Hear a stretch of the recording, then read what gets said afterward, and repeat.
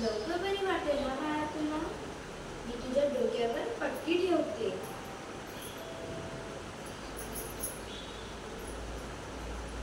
अजून ताप काही उतरलं नाही. काय करू? आले आले हे आले वाटतं.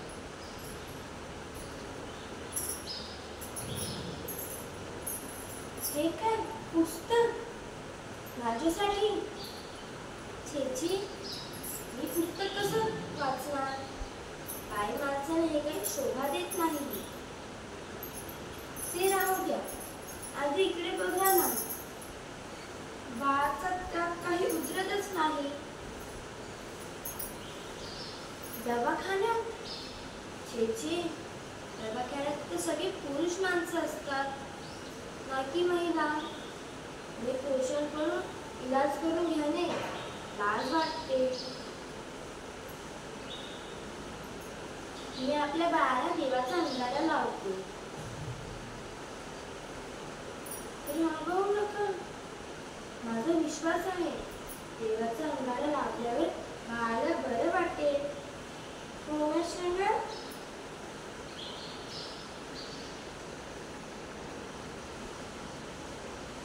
बघा बघा कसं थंडगार झाले बाळ. तुम्ही असे गप्प का? द्या बाळाला माझ्याकडे द्या. बाळा डोळे उघडा.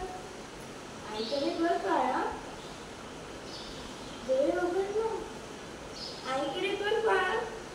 बाळा डोळे उघड. आईकडे बघ. काय झालं आपल्या बाळाला? डोळे उघड ना. आईकडे बघ ना बाळा. उघड ना डोळे.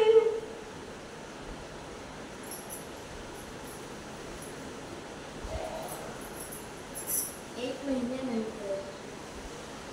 या देवाने माझ्या बाळाला हिरावून घेतलं माझ्यापासून. काय? माझ्या अंधश्रद्धेने, माझ्या शिक्षाने माझं बाळ गेलं? नाही, मी ठरवले मी शिकणार आणि डॉक्टर होणार.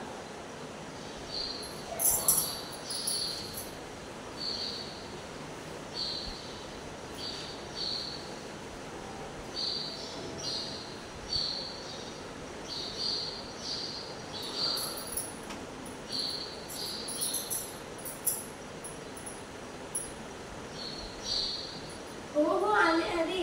झाली माझी तयारी. काय? शिष्यवृत्ती? तेही अमेरिकेतून? तिकीटही नाही. पण मी एकटी कशी जाणार? तुमचं काय?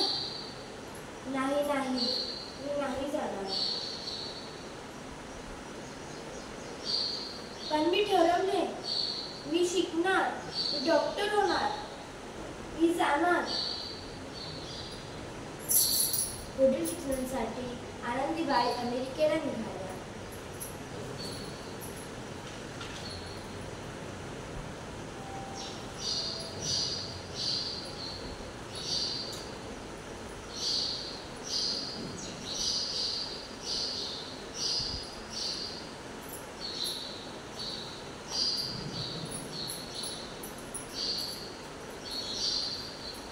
3 वर्षानंतर आज 11 मार्च 1886 मी आनंदी गोपाळ जोशी डॉक्टर झाले. माझं आणि माझ्या पतीचं स्वप्न पूर्ण झालं. मी फक्त डिग्री नाही, उद्याच्या उज्ज्वल भविष्याची एक गुरुकिल्ली आहे. माझ्यासारख्या हजारो लाखो महिला असेल ज्यांची स्वप्न चूल आणि मूल यांच्यातच कुठेतरी हरवून गेले. मी ठरवले मी या सगळ्यांना शिकवणार. पण यासाठी प्रत्येक घरात एक गोपाळराव असावे. प्रत्यक्ष हे काम कठीण होते पण अशक्य नव्हते. म्हणून या देशाला एक महिला डॉक्टर मिळाली. डॉक्टर आनंदी गोपाल जोशी.